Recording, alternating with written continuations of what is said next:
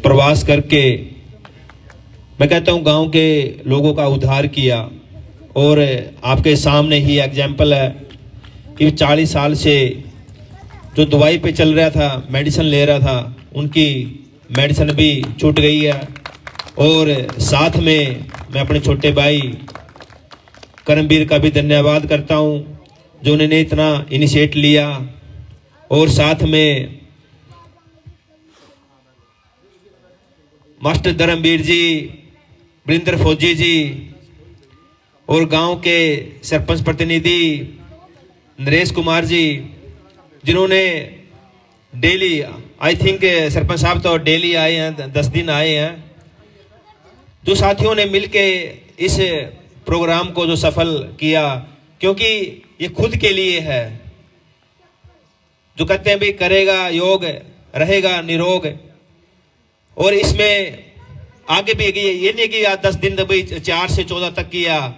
हम सब ने इसको अपने जीवन में दिनचर्या बना लेना है अपने घर पे, क्योंकि आपने सब ने सीख लिया अभी कि कौन कौन से आसन करने हैं, कौन कौन से योग करने हैं। अब आप इसको अपने घर पे कंटिन्यू करें।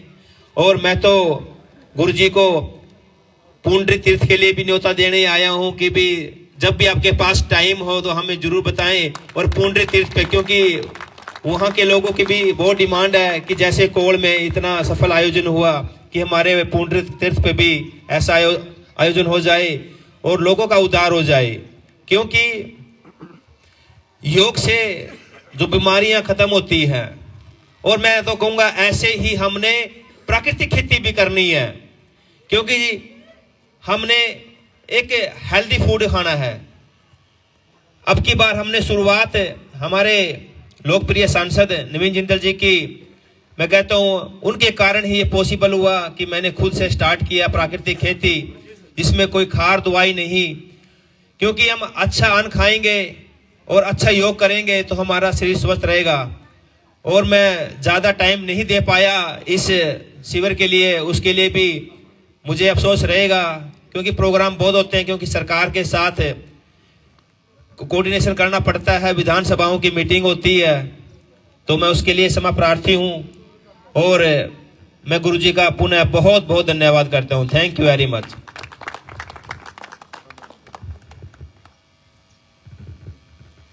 अभी आप एक बात ध्यान से सुनो। 9 बजे आप लोगों को दोबारा हवन के लिए आना है। हवन करके फिर इसका विधिवत आप लोगों को आशीर्वाद देके आज यहाँ इसका समापन हो गया। फिर इसके बाद में 17 तारीख से लेकर के और 6 दिसंबर तक कंटिन्यू सुबह 5 बजे से लेकर के और सायकाल 7 बजे तक ब्रह्म सरोवर पे जो वीवीआईपी घाट है, तो वहाँ पे लगातार कैंप रहेगा। लगातार ये जिनको थोड़ा थोड़ा कसर रह रही है ना अभी घुटनों में, मैंने जिनको बोला है 2-4 बार और सब अभी खाइयो ना अभी ले जाइयो घर जाके, है ना। हाँ, घर ले जाइयो।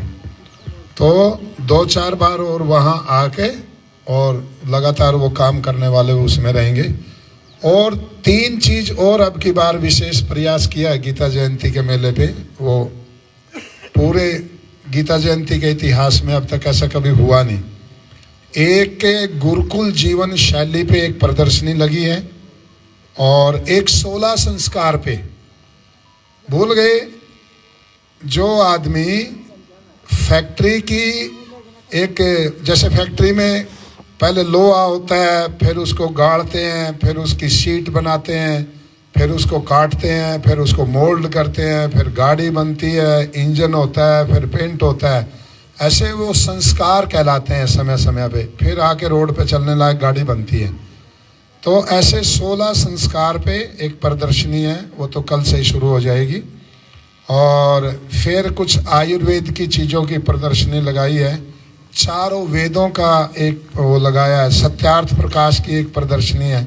ऐसे बहुत सारी चीज़ें तुम्हें वहाँ देखने को मिलेगी, बच्चों को बड़ों को सब। लगातार वीवीआईपी घाट जो है ना, सारे वीआईपी जहाँ से आते हैं, और उसके ऊपर प्रदर्शनी। और सुबह से लेके शाम तक सुबह 5 बजे से लेकर 7 बजे तक, जब भी समय लगे 1-1.5 घंटे का आगे, और अपना एक्सरसाइज योग प्राणायाम सीख करके फिर वापस आ गए।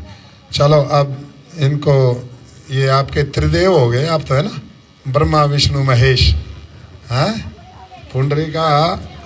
देखो 90 विधानसभाएं हैं, 90 की 90 में से तीनों जवान किसी के पास नहीं है, किसी का सरपंच बूढ़ा, किसी का चेयरमैन बूढ़ा, किसी का विधायक बूढ़ा।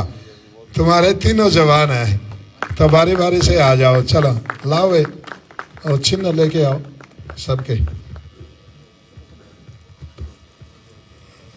मैंने तो ये 12 को खत्म करना था, तो आपके 14 को ये समापन करने के लिए मुझे 36 घंटे कंटिन्यू चलना पड़ा, और 18 घंटे गया, 9 घंटे गया, 9 घंटे आया, और 18 घंटे वहाँ काम किया।